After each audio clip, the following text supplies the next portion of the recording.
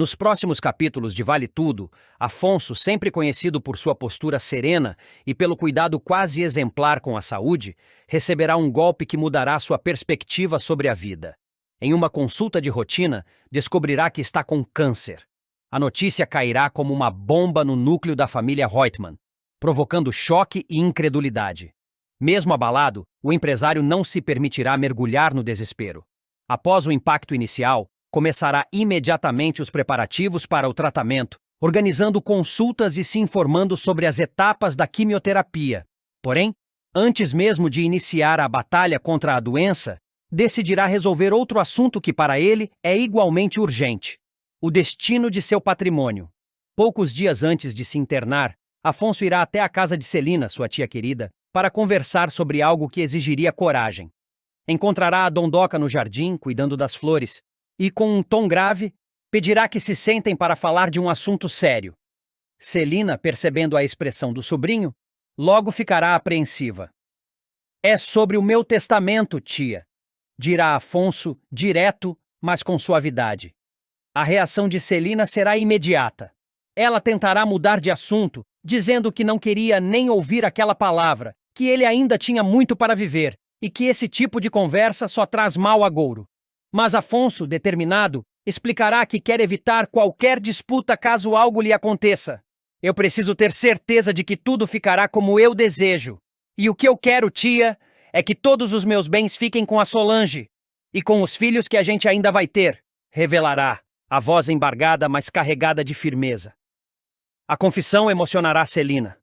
Ela sabia do amor que o sobrinho nutria por Solange, mas ouvir que ele planejava deixar todo o seu patrimônio para ela era algo que confirmava a profundidade desse sentimento. Com um suspiro resignado, acabará aceitando ajudá-lo como testemunha do documento, mesmo que o simples ato de assinar parecesse, para ela, um reconhecimento de uma possibilidade que preferia não considerar. Agora, antes de continuar, me responda qual seu personagem favorito da novela até agora e não se esqueça de se inscrever no nosso canal, assim você acompanha sua novela favorita todos os dias. Quando o assunto parecia encerrado, Afonso surpreenderá novamente. Olhando para a tia com um sorriso suave, dirá: "Também quero deixar uma parte para você." Celina, espantada, reagirá no mesmo instante. "De jeito nenhum, Afonso. Primeiro, porque você vai se curar. E segundo, porque se você me deixar dinheiro, eu acabo gastando tudo. Você sabe como eu sou." Afonso rirá levemente, mas insistirá que não se trata de bens materiais apenas, e sim de gratidão. "Você sempre esteve por perto, tia. Quando eu penso no que é uma casa de verdade, no que é família, no que é lar, é isso aqui, é o que você me deu. Sempre me tratou como filho, mesmo quando não precisava." As palavras tocarão profundamente o coração de Celina que, mesmo tentando manter a compostura, sentirá os olhos marejarem. Tentará desconversar, dizendo que só fez o que qualquer pessoa faria, mas Afonso não deixará barato. "Não, tia, nem todo mundo faria. Eu sei que a vida nem sempre foi fácil para você, mas ainda assim, você sempre abriu espaço, sempre cuidou de mim como se fosse seu próprio filho. Isso não tem preço. O momento será carregado de emoção." Celina, mesmo se esforçando para manter o otimismo, sentirá o peso de uma possível despedida. No entanto, também perceberá que, naquele instante, Afonso não estava se entregando, mas sim se organizando para viver com tranquilidade o que quer que viesse pela frente. Antes de se levantar para ir embora, Afonso segurará a mão da tia com força, como quem deseja transmitir coragem e receber de volta a mesma energia. "Tia, eu vou lutar, e quero que você lute comigo. Não é hora de tristeza. É hora de ter fé", afirmará, com um brilho decidido no olhar. Celina, tocada, prometerá estar ao lado dele em cada etapa, cuidando para que nada lhe falte e para que Solange também se sinta amparada. Quando Afonso se despedir, Celina ficará alguns instantes parada na varanda, olhando para o horizonte. Sentirá um misto de apreensão e orgulho. Apreensão por saber que o sobrinho enfrentaria uma batalha difícil. Orgulho por perceber que ele encarava a vida com coragem, generosidade e um amor genuíno por quem fazia parte de seu coração. No fundo, ela saberia que aquele momento não se tratava apenas de herança ou de bens, mas de um legado afetivo, algo que o dinheiro jamais poderia comprar. Nos dias que se seguiram, Afonso mergulhou de cabeça nos preparativos para o tratamento. Entre consultas, exames e conversas com especialistas, ele também encontrava tempo para estar com Solange. A companheira, ao receber a notícia, reagiu com um misto de choque e força inesperada. "Nós vamos passar por isso juntos", disse ela, segurando-lhe o rosto com as mãos. "Eu não vou deixar você se sentir sozinho nem por um minuto." Afonso sabia que a estrada seria árdua, mas o apoio de Solange e de Celina lhe dava a sensação de não estar enfrentando a tempestade sozinho. Mesmo assim, havia um peso silencioso sobre ele, a reação que outros membros da família teriam ao saber sobre o testamento. Não tardou para que o assunto vazasse. Durante um almoço familiar, Odete, sempre afiada, lançou um comentário carregado de veneno. "Fiquei sabendo que o nosso Afonso anda distribuindo sua fortuna como se fosse prêmio de loteria." Celina imediatamente interveio, tentando evitar um confronto. Mas Afonso não se intimidou. "Não é distribuição, Odete, é planejamento, e minha decisão está tomada." O clima ficou pesado. Odete, com um sorriso frio, continuou. "E por acaso eu estava incluída nessa sua generosidade seletiva?" "Não", respondeu Afonso, olhando diretamente nos olhos dela. "Porque herança para mim é sobre quem construiu comigo, não sobre quem apenas aparece para colher." O silêncio que se seguiu foi ensurdecedor. Celina, que já conhecia as farpas de Odete, sentiu orgulho do sobrinho por não se curvar.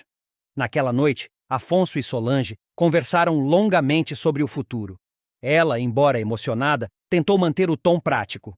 "Eu não quero que você gaste energia se preocupando com papéis e bens. Quero que concentre tudo na sua saúde." "Eu sei, Sol. Mas cuidar disso me dá paz. Saber que aconteça o que acontecer, vocês estarão protegidos. Me deixa mais forte para lutar." Afonso não falava de forma fatalista. Pelo contrário, seu tom carregava determinação. Ele via o testamento não como um ponto final, mas como uma garantia de que poderia seguir em frente sem medos pendentes. Os dias que antecederam o início da quimioterapia foram de idas e vindas ao hospital, de mensagens de apoio de amigos e de momentos silenciosos, nos quais Afonso refletia sobre a vida. Lembrava-se da infância, das dificuldades, das vezes em que Celina, com um simples gesto, fazia com que ele se sentisse seguro. Numa tarde, antes de uma nova bateria de exames, ele voltou à casa da tia. Encontrou-a preparando um chá, e se sentaram na sala, como tantas outras vezes.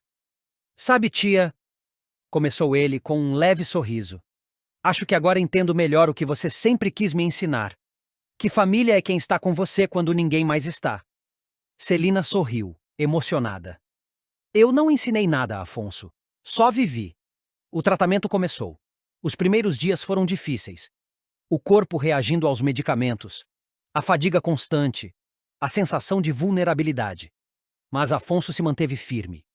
Solange estava ao seu lado em cada sessão, e Celina, sempre que podia, levava algum mimo, uma sopa, um livro, uma história para distrair. Entre as sessões, Afonso continuava tocando seus negócios à distância, delegando responsabilidades, mas sem perder o controle. Alguns colegas tentaram convencê-lo a vender empresas e aproveitar a vida, mas ele não via sentido em abandonar algo que amava. "Trabalhar me dá propósito", disse a Solange certa vez. E propósito também cura. O testamento, finalmente concluído, ficou guardado em um cofre no escritório de seu advogado. Afonso não comentou mais sobre o assunto, evitando alimentar tensões familiares. Mas Celina sabia. Aquele documento era mais do que um arranjo jurídico. Era uma declaração de amor e confiança. Um mês após o início do tratamento, a família se reuniu novamente, desta vez para o aniversário de Heleninha. O clima estava mais leve, e até Odete manteve as provocações sob controle. Durante o brinde, Celina ergueu sua taça e, olhando para o sobrinho, disse: "Ao Afonso, que nos ensina que a verdadeira herança que deixamos são as marcas de afeto que espalhamos." Afonso, visivelmente tocado, sorriu e respondeu: "E que essa seja a única herança que todos nós disputemos." Todos riram, e por um breve momento, a tensão que rondava a família pareceu desaparecer. Mas Afonso sabia que a batalha continuava, tanto contra a doença quanto contra as armadilhas emocionais que surgiam pelo caminho. Ao chegar em casa, naquela noite, sentou-se na varanda com Solange. O vento estava leve, e as luzes da cidade piscavam ao longe. "Sabe, Sol, eu não tenho medo da morte. Tenho medo de não viver o suficiente para ver tudo o que ainda podemos construir. Ela segurou sua mão e respondeu com firmeza. Então vamos viver cada dia como se fosse um tijolo dessa construção. E quando você se curar, vamos olhar para trás e ver que valeu a pena. Afonso fechou os olhos por um instante, respirou fundo e sorriu. Não importava o que viria pela frente. Ele tinha amor, tinha apoio e, acima de tudo, tinha a certeza de que estava deixando um legado que não cabia em cofres ou escrituras. Era um legado de presença, cuidado e laços que, mesmo diante da incerteza, se tornavam ainda mais fortes. Celina finalmente encontrará o momento perfeito para acertar as contas com Odete e fará isso com gosto. Depois de anos sendo subestimada, humilhada e tratada como uma coadjuvante na própria vida, ela terá a oportunidade de esfregar a verdade na cara da irmã. E de quebra, ainda ajudar quem Odete mais detesta, Raquel. Tudo começará após a queda de Raquel.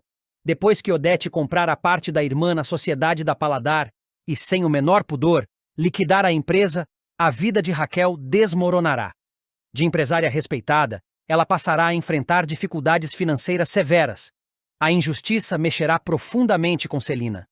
Embora já não fosse sócia de Raquel, ela não suportará vê-la nessa situação, principalmente sabendo que tudo foi causado em grande parte pelas manobras frias e calculistas de Odete. Movida por um misto de compaixão e rebeldia, Celina tomará uma decisão ousada. Comprará, com seu próprio dinheiro, a casa que havia sido a sede da Paladar, a mesma que Odete havia arrancado dela, e dará de presente para Raquel. O gesto será não apenas uma ajuda para a ex-sócia, mas também um ato de afronta direta à irmã. O clima entre as duas explodirá quando Odete, curiosa e incomodada com a ausência da irmã em um momento importante para ela, questionar onde Celina havia se metido. Com um olhar frio e uma pontada de satisfação, Celina responderá sem rodeios. Não é da sua conta, Odete, mas eu vou falar por puro prazer. Eu estava na casa da Raquel. A resposta deixará Odete imediatamente em alerta. Com o sarcasmo habitual, ela reagirá. Realmente você e a Heleninha têm uma atração pelo abismo. O que é que você foi fazer na casa dessa mulherzinha, Celina? Celina, sem se abalar, deixará o veneno escorrer pelas palavras. Eu fui devolver a dignidade que você tentou arrancar dela. Comprei a casa que era da minha empresa, a mesma que você me obrigou a vender, e dei de volta para a Raquel.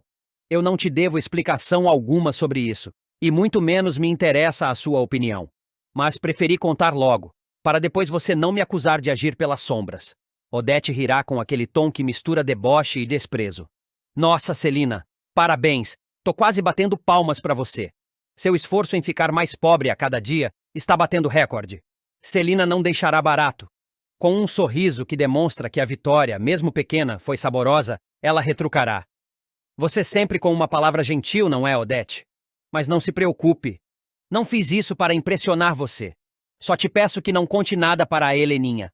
Odete, percebendo que não conseguirá reverter a situação naquele instante, se limitará a lançar um olhar de desprezo antes de virar as costas. Mas por dentro, a vilã estará furiosa. A ideia de Celina ter usado seu próprio dinheiro para beneficiar Raquel será para ela quase uma traição pessoal. Para Celina, no entanto, a sensação será de alívio. Pela primeira vez em muito tempo, ela terá agido de acordo com a própria consciência, sem se deixar intimidar pela sombra da irmã. E, acima de tudo, terá ajudado alguém que realmente merecia. A notícia, é claro, não ficará restrita às paredes da casa de Odete. Raquel, emocionada e ainda surpresa com o gesto, agradecerá repetidas vezes, deixando claro que aquele presente não era apenas um imóvel, mas uma chance real de recomeçar. Celina, eu não sei como te agradecer. Isso é mais do que eu poderia imaginar, dirá Raquel com a voz embargada. Não precisa agradecer, Raquel. Isso é mais por mim do que por você. Cansei de viver na sombra da Odete, cansei de ver gente boa sendo esmagada por causa de dinheiro e poder. Enquanto isso, Odete começará a maquinar como reverter o jogo. A vilã não suporta perder o controle, muito menos ser desafiada de forma tão explícita. Mas por mais que tente, a transação já estará feita, e a casa, agora, pertencerá oficialmente a Raquel. Esse será apenas mais um capítulo na guerra silenciosa e, às vezes, escancarada entre as duas irmãs. Mas, desta vez, Celina terá provado que, quando quer, sabe jogar com as mesmas armas que a irmã, e ainda sair por cima. Nos dias seguintes, o clima entre Celina e Odete ficará ainda mais pesado. Dentro da mansão, o silêncio carregado de tensão será interrompido apenas por alfinetadas sutis, e às vezes, nem tão sutis assim. Odete, embora tentasse manter a pose, não conseguirá esconder a irritação por ver a irmã agir de forma independente e, pior ainda, usar o próprio dinheiro para desafiar sua autoridade moral e familiar. Durante um café da manhã tenso, Odete decidirá provocar. Como está a sua investidura filantrópica, Celina? Espero que a sua nova amiga esteja cuidando bem da casa que você praticamente jogou no colo dela. Celina erguerá os olhos, tranquila, mas com uma firmeza que deixará claro que não recuaria. Raquel está muito bem. E sim, está cuidando da casa. Talvez melhor do que você cuidaria de qualquer coisa que não pudesse transformar em lucro imediato. A frase cairá como uma pedrada na mesa. Heleninha, que estará presente, perceberá que havia algo não dito e lançará um olhar curioso para a mãe e a tia. Mas Celina, fiel ao que prometeu, evitará tocar no assunto com a sobrinha. Enquanto isso, Raquel viverá um misto de alívio e medo. A casa representará para ela uma chance de recomeçar, mas também um risco, já que Odete não era o tipo de pessoa que deixava algo escapar sem tentar recuperar. Mesmo assim, ela se sentirá fortalecida pela atitude de Celina e, pouco a pouco, começará a pensar em novos planos para se reerguer financeiramente. Em uma tarde chuvosa, Raquel convidará Celina para um chá. Queria mais uma vez agradecer, mas também avisar que estava preparada para enfrentar Odete, caso fosse necessário. Eu sei que ela não vai deixar isso barato, Celina. Odete é orgulhosa demais. Mas eu também já cansei de fugir. Se ela quiser me atacar, que venha. Celina sorrirá com uma ponta de orgulho. É isso que eu queria ouvir. Odete vive do medo que as pessoas têm dela. Quando você para de ter medo, ela perde metade da força. A cumplicidade entre as duas começará a incomodar ainda mais Odete. Para ela, ver Raquel e Celina unidas era como assistir a um golpe direto na sua própria imagem. Então, discretamente, começará a sondar formas de desestabilizar essa aliança. Numa noite, Odete procurará Heleninha no quarto. Com um tom falso de preocupação, tentará plantar dúvidas na cabeça da filha. Você sabia que a sua tia anda gastando dinheiro com causas perdidas? Perguntará, como quem comenta um detalhe irrelevante. Eu fico preocupada. O patrimônio da família não é infinito. Heleninha, desconfiada, retrucará. Causas perdidas, mãe. Ou você quer dizer a Raquel? Odete, percebendo que a filha estava mais atenta do que imaginava, mudará de assunto rapidamente, mas a semente da intriga já estará plantada. Celina, no entanto, não será pega de surpresa. Sabia exatamente do que a irmã era capaz. Por isso, começará a agir com mais cautela, evitando comentar sobre a ajuda a Raquel na frente de terceiros. Ainda assim, internamente, sentirá uma satisfação rara, como se pela primeira vez tivesse quebrado as correntes invisíveis que Odete sempre colocara ao seu redor. A tensão chegará ao auge em um jantar de família. Com todos à mesa, Odete, com o sorriso mais cínico que conseguia ostentar, soltará. Sabe, Celina, eu estava pensando. Quem sabe um dia você não resolve me comprar um presente também. Algo valioso, como você fez para certas amigas. O clima entre Maria de Fátima e Celina já estava carregado de desconfiança. Mas a tensão atingiria um novo patamar quando a ex-governanta resolvesse apresentar um documento que mudaria o rumo da história. Com um ar vitorioso, Celina colocaria sobre a mesa um exame clínico que, segundo ela, comprovaria que Afonso era estéril. Está aqui, Fátima. A prova de que o seu queridinho nunca poderia ser pai de ninguém, diria com um sorriso frio. Fátima, ao ler o laudo, sentiria o sangue gelar. O impacto era imediato. Se o exame fosse verdadeiro, a gravidez que ela carregava não poderia ter nada a ver com Afonso. A verdade, então, a forçaria a admitir que o pai biológico do bebê só poderia ser César. Por alguns instantes, ela ficaria muda, tentando processar o golpe que Celina acabara de desferir. Isso é impossível, murmuraria, tentando esconder o nervosismo. Celina, por sua vez, não perderia a chance de cutucar. Aceite, Fátima. Você apostou alto e perdeu. Apesar de abalada, Maria de Fátima não era do tipo que se entregava facilmente. Uma pulga atrás da orelha começava a incomodá-la. Pouco depois, uma notícia chegaria aos seus ouvidos. Solange estava grávida e de gêmeos. Isso a deixaria intrigada. A ideia de que Afonso pudesse ser o pai da gravidez de Solange começava a fazer sentido, mesmo com o exame nas mãos de Celina dizendo o contrário. O raciocínio era claro para Fátima. Se o exame fosse verdadeiro, não havia possibilidade alguma de Afonso gerar filhos. Mas algo não se encaixava. Solange e Afonso vinham se aproximando, e os boatos sobre uma relação entre os dois circulavam. Determinada a chegar à verdade, Fátima decidiu investigar por conta própria. Foi assim que, dias depois, ela apareceu diante da fachada discreta de um laboratório de análises clínicas. O mesmo onde, segundo Celina, o exame havia sido realizado. Fátima entrou decidida com seu sorriso calculado e foi direto ao balcão. Boa tarde. Eu queria confirmar se um exame foi feito aqui, disse, deslizando o papel para a funcionária. A mulher atrás do balcão, de jaleco e expressão protocolar, olhou rapidamente para o documento e respondeu sem rodeios. Desculpe, senhora, mas não posso fornecer informações sobre pacientes. É confidencial. Informação de paciente é sigilosa. A não ser que a senhora tenha uma procuração, não há como eu falar nada. Fátima, sem perder a compostura, inclinou-se levemente sobre o balcão. Olha, eu só preciso saber se esse exame foi mesmo feito aqui. Não quero detalhes, só uma confirmação. A funcionária balançou a cabeça. Eu já expliquei. Não posso falar nada. Posso ser presa por isso. Foi então que Maria de Fátima abriu sua bolsa com calma, como quem procura um batom, mas de dentro tirou um maço de notas de R$ 100. As cédulas novas chamaram a atenção imediatamente. E agora?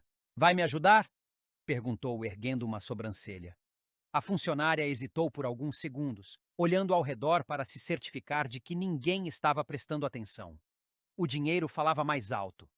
Com um suspiro de rendição, ela pegou o documento da mão de Fátima e se afastou, indo até uma sala nos fundos. Alguns minutos depois, voltou carregando um envelope pardo.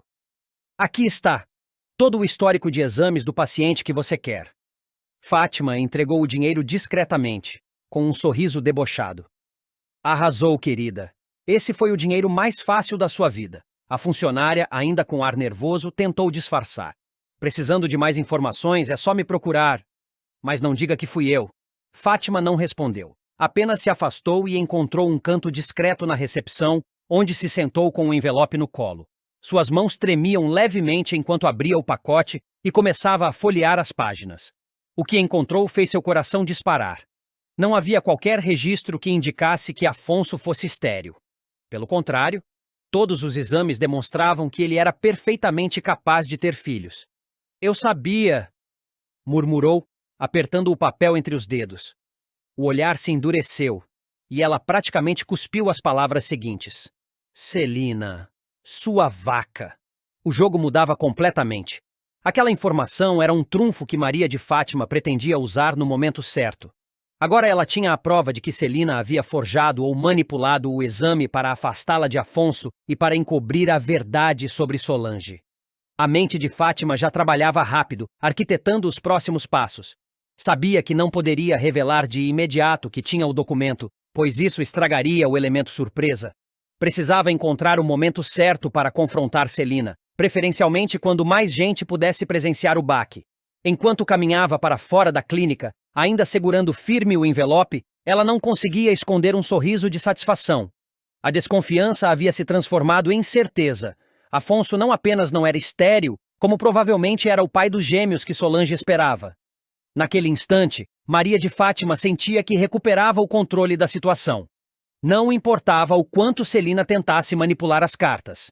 Agora ela tinha um as na manga. E, como sempre, pretendia jogar com ele da forma mais calculada possível. A cada passo que dava pelas ruas, o plano se solidificava. Primeiro, ela precisava garantir que Solange confirmasse publicamente a paternidade. Depois, faria com que a revelação sobre a falsidade do exame explodisse na cara de Celina. E, para completar, deixaria Afonso com uma dívida emocional impagável para com ela.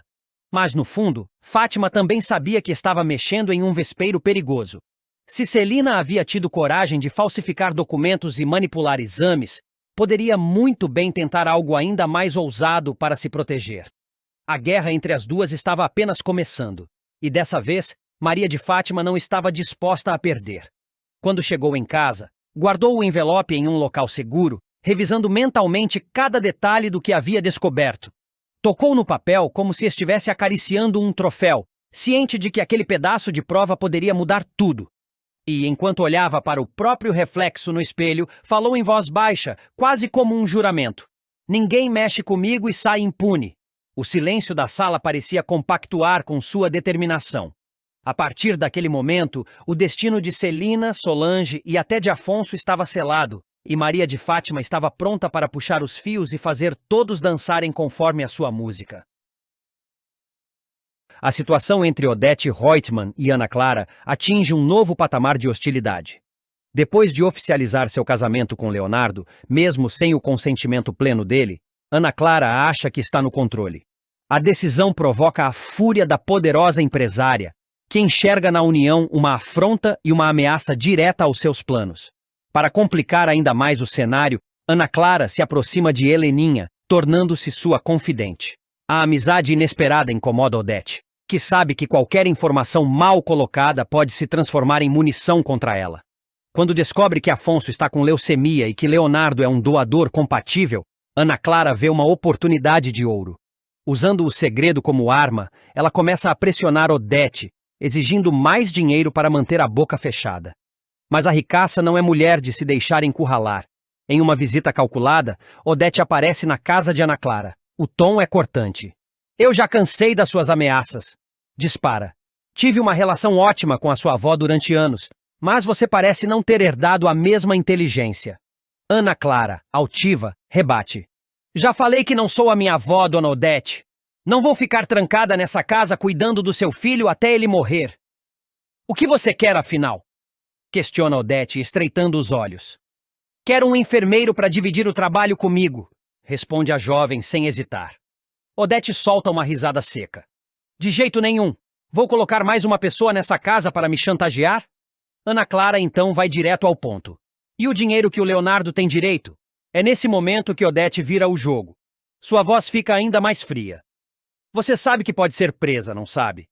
Casar-se com uma pessoa incapaz, sem o consentimento dele, é crime. Ana Clara arregala os olhos. Do que a senhora está falando? Do meu filho, diz Odete pausadamente. Ele está morto, Ana Clara. Morto para a vida como era antes. E outra coisa, você e sua avó foram minhas cúmplices durante anos. Ou acha que o que vocês faziam não era crime? Ter se casado com ele nesse estado. Você acha que isso vai passar impune? O silêncio paira na sala. Pela primeira vez, Ana Clara parece hesitar. Surpresa? Ironiza Odete, vendo a expressão da jovem mudar. Descobriu que você não é uma santa? Ana Clara tenta recuperar a postura, mas a ameaça é clara. Odete se aproxima, quase em tom de confidência, e conclui. Pare de tentar me chantagear. Está entendendo? A tensão fica suspensa no ar. Ana Clara sabe que com Odete qualquer passo em falso pode significar a ruína. Ou até mesmo a prisão. Ana Clara permanece imóvel por alguns segundos, digerindo as palavras cortantes de Odete. Agora, antes de continuar, me responda qual seu personagem favorito da novela até agora.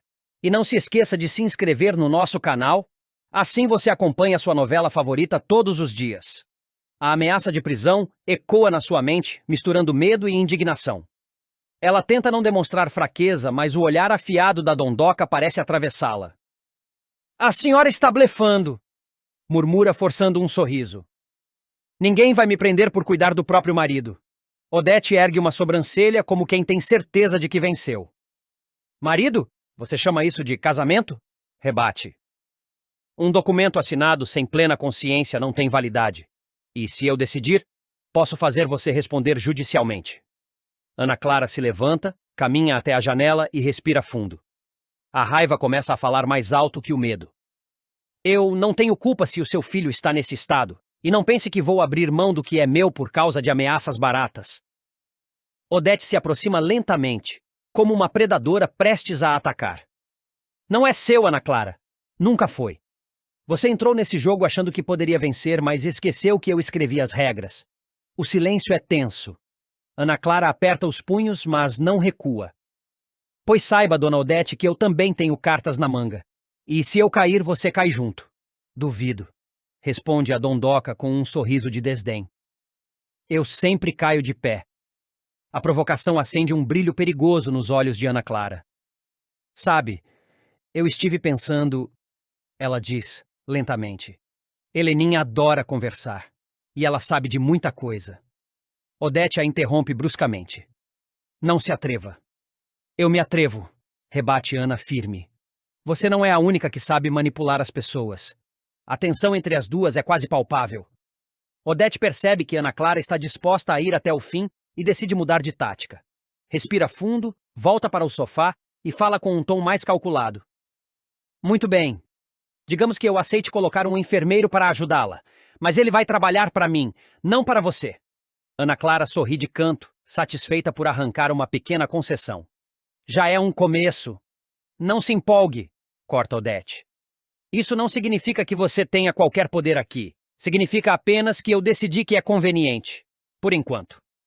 O clima alivia por alguns segundos, mas ambas sabem que a trégua é frágil. Ana Clara ainda carrega no bolso a ameaça sobre a compatibilidade de Leonardo com Afonso, e Odete guarda na manga a acusação criminal. Antes de sair, a dondoca encara a jovem com frieza. Lembre-se, Ana Clara, no meu tabuleiro, peões como você são descartáveis. A porta se fecha com força. Ana Clara fica sozinha na sala, o coração acelerado. Ela sabe que a guerra com Odete está longe de acabar, e que no próximo embate qualquer erro pode custar caro. O público verá Walter Figueira se enrolar de vez ao tentar prejudicar Raquel Axioli. Em uma tentativa desesperada de cumprir mais uma das ordens ardilosas de Odete Reutemann, o vilão colocará em prática um plano perigoso: sabotar a Maionese da Paladar, restaurante fundado por Raquel. No entanto, o que parecia ser uma ação minuciosa e bem executada acaba saindo do controle por um simples, mas decisivo, erro. Walter se esquecerá da própria mochila no local do crime. Tudo começa quando Odete, obcecada em arruinar a reputação de Raquel e eliminar qualquer ameaça ao seu império, manda Walter se infiltrar na Paladar. O objetivo é destruir a credibilidade do restaurante e atingir diretamente a imagem da empresária. Para isso, o plano é claro: envenenar a maionese, um dos produtos de maior saída da casa. Walter consegue se empregar no restaurante, o que lhe dá livre acesso à cozinha e às instalações. Com a ajuda de Mário Sérgio, ele se prepara para agir durante a madrugada, quando o restaurante está fechado. Escolhem o momento certo, calculam tudo com cuidado. Mas não contavam com a chegada inesperada de Poliana na empresa. A presença da funcionária obriga Walter a apressar a ação.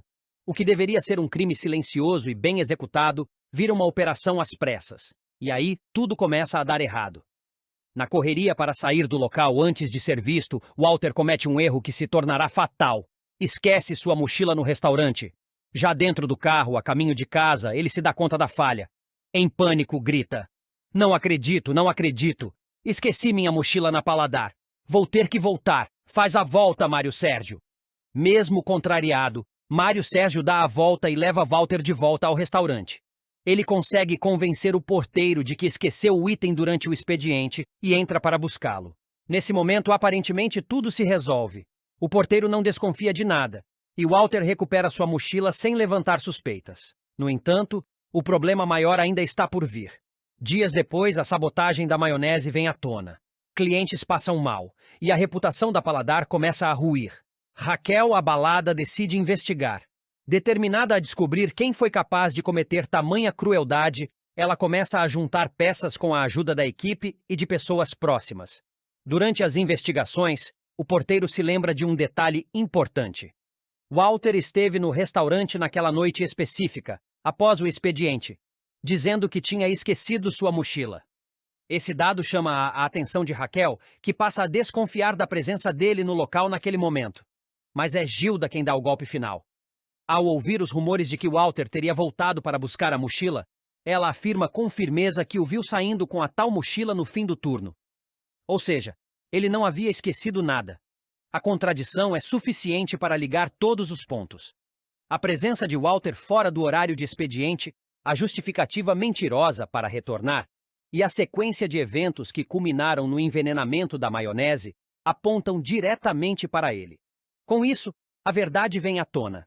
O plano de Odete fracassa, e Walter, que achava que havia saído ileso, acaba se entregando com seu próprio erro. A mochila, objeto aparentemente banal, torna-se a peça-chave que desmonta toda a farsa. A tentativa de incriminar Raquel se volta contra ele, e a credibilidade da empresária começa a ser restaurada graças à descoberta. Essas cenas dramáticas e cheias de tensão irão ao ar a partir deste sábado, prometendo momentos de muita emoção para os fãs do folhetim. A reviravolta marca mais um capítulo eletrizante na guerra entre Odete Roitman e Raquel Accioli, onde o jogo de poder, intrigas e traições se tornam cada vez mais intensos. Em Vale Tudo, cada erro tem seu preço, e no caso de Walter, esquecer a mochila significou assinar sua própria condenação. Reviravolta abala paladar e expõe traição de Walter. Raquel enfrenta crise e exige justiça. A revelação de que Walter foi o responsável pela sabotagem da maionese atinge a paladar como uma bomba. O restaurante, que vinha crescendo rapidamente e conquistando clientes fiéis, agora se vê no centro de um escândalo alimentar. Raquel, profundamente abalada, tenta manter o controle da situação, mas não consegue disfarçar o impacto da traição. Afinal, ela confiava em Walter. Tê-lo ao seu lado, dentro da equipe, era como ter um aliado próximo. E descobrir que ele era o inimigo o tempo todo é um golpe duro. Na reunião de emergência com os funcionários, Raquel é direta e firme. Ela explica o ocorrido, fala da sabotagem e não esconde a dor de ter sido traída. Eu construí esse restaurante com muito esforço. Vocês sabem disso. E ter alguém aqui dentro trabalhando contra mim é algo que me destrói, mas também me fortalece. A gente vai sair dessa. Com verdade, trabalho e união, declara, emocionada. Enquanto isso, a notícia se espalha. A imprensa começa a cobrir o caso, manchetes sensacionalistas estampam os jornais. Paladar é alvo de sabotagem interna. Funcionário envenena produto e causa intoxicações. Raquel Accioli envolvida em novo escândalo. Mesmo com a verdade se revelando, a imagem pública do restaurante sofre. E Odete, do alto de sua frieza calculista, observa tudo com um misto de frustração e prazer amargo. Frustração porque Walter foi descuidado. Prazer porque, ainda assim, a reputação de Raquel foi abalada, e isso é parte do que ela queria. Mas o jogo não termina aí. Gilda, que teve um papel crucial ao lembrar do detalhe da mochila, passa a ser vista com outros olhos por Raquel. As duas, que tinham uma relação profissional conturbada, encontram um ponto de aproximação. Obrigada por não ficar calada, diz Raquel. É assim que a gente defende o que construiu, com coragem. Gilda, que sempre foi prática e um pouco cética, apenas responde: eu só disse a verdade. Quem tá certo não precisa se esconder. Paralelamente, Mário Sérgio entra em pânico ao perceber que também pode ser implicado na história. Como cúmplice de Walter, ele teme ser desmascarado e decide se afastar. Tenta convencer Walter a fugir juntos ou pelo menos preparar uma versão alternativa dos fatos. Mas Walter, sentindo o cerco se fechar, entra em colapso. Perde o controle, começa a beber novamente e se isola, tomado pelo desespero. O vilão, que até então parecia frio e calculista, mostra sua verdadeira face, fraca, covarde e egoísta. Enquanto isso, Raquel decide ir à polícia. Exige uma investigação formal e cobra punição pelos crimes cometidos contra a sua empresa. Não é só sobre mim, é sobre todas as pessoas que confiam no nosso trabalho, que dependem da Paladar, e também é sobre justiça, afirma diante do delegado. A investigação avança e a polícia começa a colher depoimentos. O porteiro confirma a entrada de Walter na noite da sabotagem. Gilda reforça o depoimento, afirmando que ele havia saído com a mochila. Poliana, mesmo sem entender na hora o que estava acontecendo, conta que viu movimentos suspeitos no turno da noite. As peças se encaixam. Odete, ao saber da investigação, tenta manter-se distante do escândalo. Embora tenha sido a mentora do plano, ela sabe que qualquer ligação direta pode arruinar sua reputação. Algo que ela jamais permitiria. Começa a pressionar Walter para que ele assuma tudo sozinho. Em uma ligação tensa, ela diz: você já errou demais. Agora, se quiser que eu te ajude, vai ter que ficar calado. Assume a culpa e deixa meu nome fora disso. Walter, acuado, concorda, mas não sem ressentimento. A relação entre os dois começa a ruir. Walter percebe que para Odete, ele nunca foi mais do que um peão descartável, e cada vez mais instável, começa a considerar contar toda a verdade. Enquanto isso, Raquel segue firme. Decide que não vai parar. Mesmo com clientes desconfiados, com fornecedores hesitantes e com a imprensa explorando cada detalhe do escândalo, ela continua. Reorganiza o cardápio, investe em campanhas de transparência, convida os clientes a conhecerem os bastidores da Paladar. Seu lema é claro: a verdade sempre vence. E aos poucos o público começa a responder. Clientes fiéis voltam. O restaurante começa a se reerguer. Raquel ainda tem um longo caminho pela frente, mas mostra, mais uma vez, sua resiliência e força. Mas o que ninguém espera é que, no meio dessa recuperação, algo ainda mais grave está por vir.